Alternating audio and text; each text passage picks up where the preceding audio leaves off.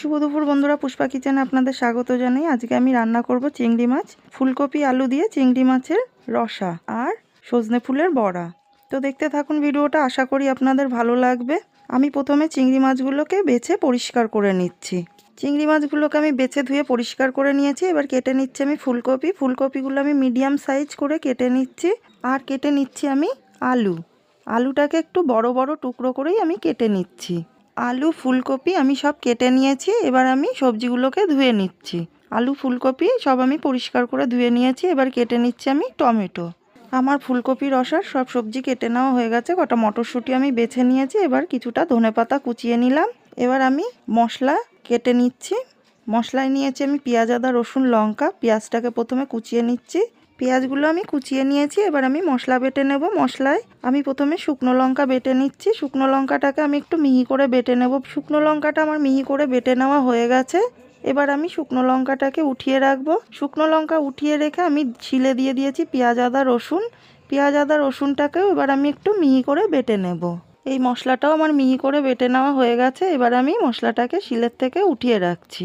এবার আমি সজনে ফুলের বড়ার জন্য পেঁয়াজ, কিছুটা লঙ্কা আর কয়কোয়া রসুন শিলে একটু বেটে নিচ্ছি। তারপরে বেটে নিচ্ছি আমি ভিজিয়ে রাখা আতপ চাল। আতপ চালটা আমি একটু মিহি করে বেটে নিচ্ছি। আতপ চালটা আমি একটু মিহি করে বাটছি এই কারণেই যে আমি এর মধ্যে বেসন বা আটা ময়দা কিছুই দেবো না, তাই আতপ চালটাকে আমি একটু মিহি করে বেটে নিচ্ছি ভালো করে। আমার মিহি করে বেটে নেওয়া হয়ে গেছে। আমি আতপ চালটাকে বাটিতে তুলে রাখছি। এদিকে আমি উনুন ধরিয়ে কড়াই বসিয়ে দিয়েছি। কড়াইটাকে গরম হতে রেখে দিলাম।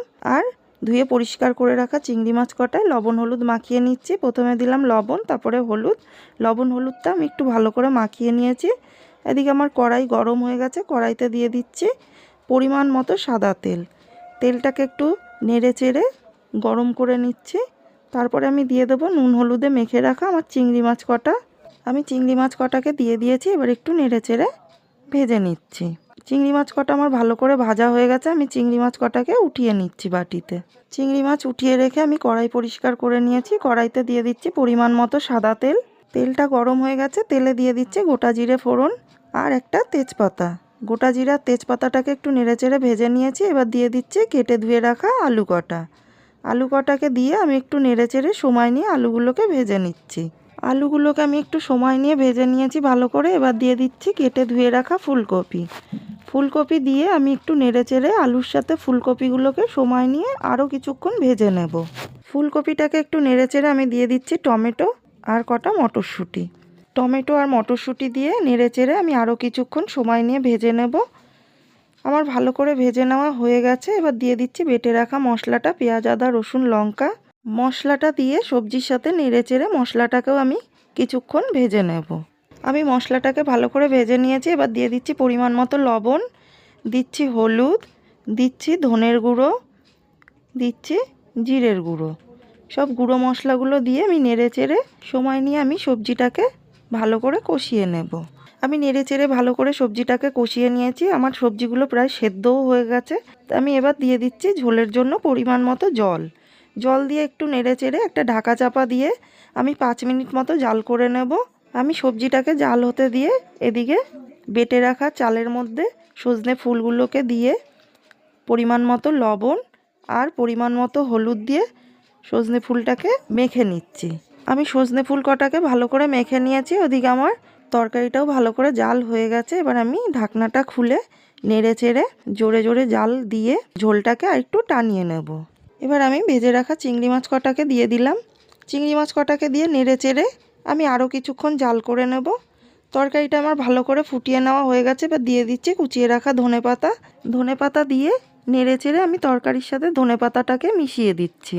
এবার দিয়ে দিচ্ছি আমি গরম মশলার গুঁড়ি দিয়ে নেড়েচেড়ে একটু মিশিয়ে জাল করে নিয়েছি। তরকারিটা আমার হয়ে গেছে। তরকারিটাকে আমি নামিয়ে নিচ্ছি।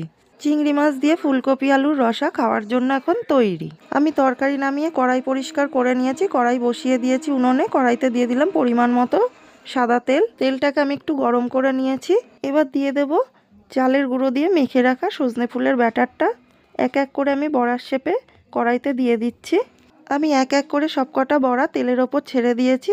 এবার আমি ভালো করে একটু ভেজে নেব। আমার এক পিঠ ভালো করে ভেজে নেওয়া হয়ে গেছে। এবার আমি বড়াগুলোকে উল্টে দিয়ে ভালো করে একটু ভেজে নেব, লাল লাল কড়া কড়া করে। চালের গুঁড়ো দিয়ে যে কোনো বড়া করলে খেতে খুব ভালো লাগে, কারণ বড়াগুলো মচমচে হয়।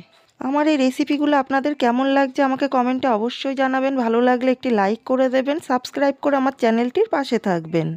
সজনে ফুলের বড়াগুলোকে আমি নেড়েচেড়ে ভালো করে ভেজে নিয়েছি। বড়াগুলো এখন খাওয়ার জন্য তৈরি। দুপুরে গরম গরম ভাতের সাথে ফুলকপির রসা আর সজনে ফুলের বড়া দিয়ে আজকের খাবারটি আমি পরিবেশন করলাম। খাবারটি আপনাদের কেমন লাগলো আমাকে কমেন্টে অবশ্যই জানাবেন।